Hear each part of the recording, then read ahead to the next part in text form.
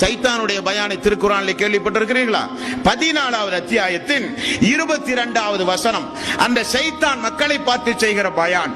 வகால சைத்தானு லம்மா குலியல் அம்ர், அல்லாஹ்வினுடைய தீர்ப்பு தெளிவாக சொல்லப்பட்ட பிறகு சைத்தான் பேசுவான்.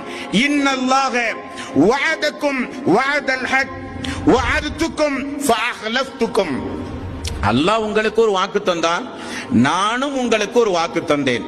அல்லாஹ் கொடுத்த வாக்கில் அல்லாஹ் உண்மையானான், நான் என்னுடைய வாக்கில் உங்களுக்கு மாறு செய்து விட்டேன். சைத்தானுடைய பயான். மக்கள் எரியிற அடுப்பில் எண்ணெயை ஊற்றுவதை போல வெந்து நிற்கிற மக்கள் மத்தியில இவனுடைய ஒரு பயான், சிறப்பான பயான், சிறப்பு சொற்பொழிவு.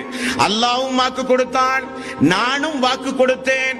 அல்லாஹ் தன்னுடைய வாக்கில் உண்மையாளன் என்று இப்பொழுது நிரூபித்து விட்டான், நான் என்னுடைய வாக்கில் உங்களுக்கு மாறு செய்து விட்டேன் என்று சொல்லுகிறான். மேலும் சொல்லுகிறான், வமா கான லி அலைக்கும் மின் சுல்தானின் இல்ல அன் தஅவுதுக்கும் ஃபஸ்தஜபதும் லி.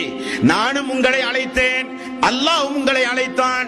என்னை அழைத்து என்னை நீங்கள் பின்பற்றினீர்களே, உங்களுக்கு நான் மாறு செய்து விட்டேன். என்னுடைய அழைப்பை ஏற்றுக்கொண்டீர்கள் என்பதை தவிர இந்த நாளில் என்னை யாரும் திட்டவெல்லாம் கூடாது. யார்? சைத்தான் சொல்லுகிறான், யாரும் என்னை திட்டாதீர்கள். மேலும் சொல்லுகிறான், ஃபலா தலூமூனி வலூமு அன்ஃபுஸக்கும்.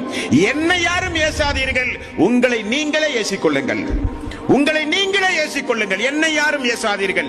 இன்னி கஃபர்து பிமா அஸ்ரக்துமூனி மின் கபல்.